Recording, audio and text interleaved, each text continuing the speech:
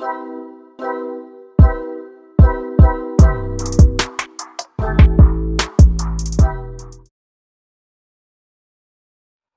दोस्तों, नमस्कार। Biology by अखिल में आपका एक बार फिर से स्वागत है। आज हम लेक्चर नंबर 5 लेकर आए हैं, जिसमें हम एक खास संरचना के बारे में पढ़ेंगे। उस संरचना का नाम है सेल वॉल। आप सभी को पता होगा कि प्लांट सेल्स और एनिमल सेल्स में जो बेसिक डिफरेंस होती है वो एक विशेष संरचना की होती है। उस संरचना को हम सेल वॉल कहते हैं, कोशिका भित्ति कहते हैं। देखिए, जो प्लांट सेल्स होती हैं, इन प्लांट सेल्स के चारों ओर देखिए क्या होती है, प्लाज्मा मेम्ब्रेन होती है, बीच में केंद्रक होती है, और इस प्लाज्मा मेम्ब्रेन के चारों ओर एक और मोटी लेयर होती है। उस मोटी लेयर को हम क्या कहते हैं, सेल वॉल कहते हैं। ये जो मोटी लेयर होती है ये काफ़ी कठोर होती है, हार्ड होती है, रिजिड होती है, दृढ़ होती है। और आप सभी को पता होगा जो सेल वॉल है वो मृत कोशिका होती है, डेड सेल्स होती है, नॉन लिविंग होती है, काफ़ी मजबूत होती है और ये अप्रत्यास्थ होती है। कहने का अर्थ ये है कि ये नॉन इलास्टिक होती है। साथ ही साथ ये कुछ विशेष अणुओं के लिए परमेबल होती है, पारगम्य होती है। आइए हम सेल वॉल की कुछ केमिकल कंपोजिशन को पढ़ते हैं, रासायनिक संगठन को पढ़ने का प्रयास करते हैं कि आखिर जो सेल वॉल है वो किन किन तत्वों से, किन किन पदार्थों से मिलकर बनी हुई है। आइए देखते हैं। सबसे पहले हम देखते हैं प्लांट सेल के बारे में। जो प्लांट की जो सेल वॉल होती है वो मुख्यतः सेलुलोज की बनी होती है। किससे मिलकर बनी होती है?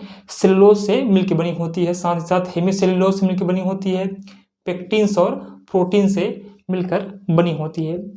बात करें एल्गल की, यानी कि एल्गी की जो सेल वॉल होती है वो मुख्यतः सेलुलोज की, गैलेक्टोन्स की और मेनॉन्स की और कैल्शियम कार्बोनेट की बनी होती है।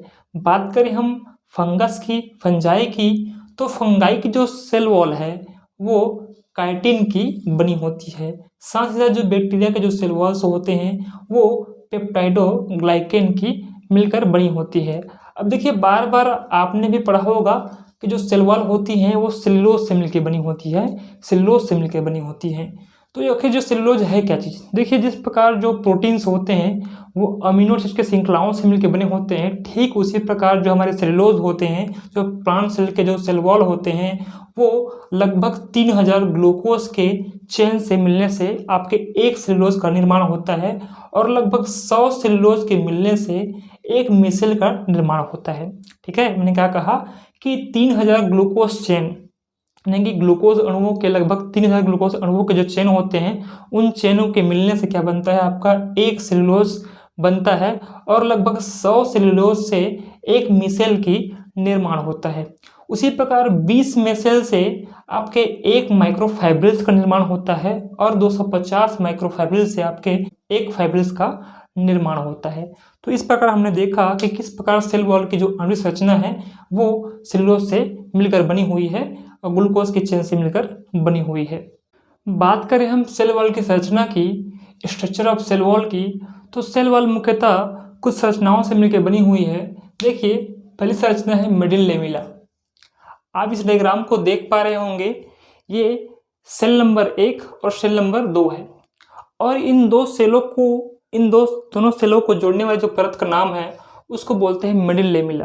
ठीक है, ये मिडिल लेमिला मुख्यतः इसको हम मध्य पटल कहते हैं। ये कैल्शियम और मैग्नीशियम पेक्टेट की मिलकर बनी होती है।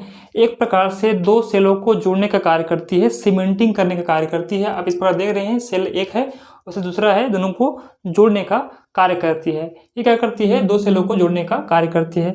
फिर देखिए, इस सेल के ऊपर एक रेड एरिया बना हुआ है, ऐसा लाइन खींचा हुआ है। देखिए, इसको क्या कहते हैं, प्राइमरी सेल वॉल कहते हैं, जो मुख्यतः सेलुलोज, पेक्टिन और हेमीसेलुलोज की मिलकर बनी होती है। साथ ही साथ ये पतली होती है और कोमल होती है। ये मिडिल लेमिला के दोनों ओर पाई जाती है। देख रहे हैं आप, ये देखो, ये मिडिल लेमिला है, एक और इधर है, एक और इधर है, दोनों एरिया पाई जा रही है। फिर देखिए सेकेंडरी सेल वॉल, इसको हम कहते हैं द्वितीयक कोशिका भित्ति। इसे हम मध्यपटल कहते हैं, इसे हम प्राथमिक कोशिका भित्ति कहते हैं, प्राइमरी सेल वॉल कहते हैं।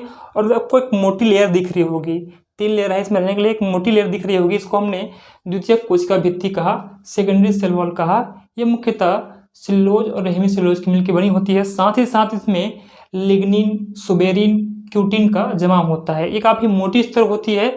मुख्यतः इनमें 3 स्तर होती हैं, आउटर लेयर, मिडिल लेयर और इनर लेयर। देखिए आप, देखिए इस प्रकार से, ये देखो ये आउटर लेयर है, ठीक है, और ये इनके बीच डॉट बना हुआ है, ये मिडिल लेयर है और इधर इनर लेयर है, ठीक है।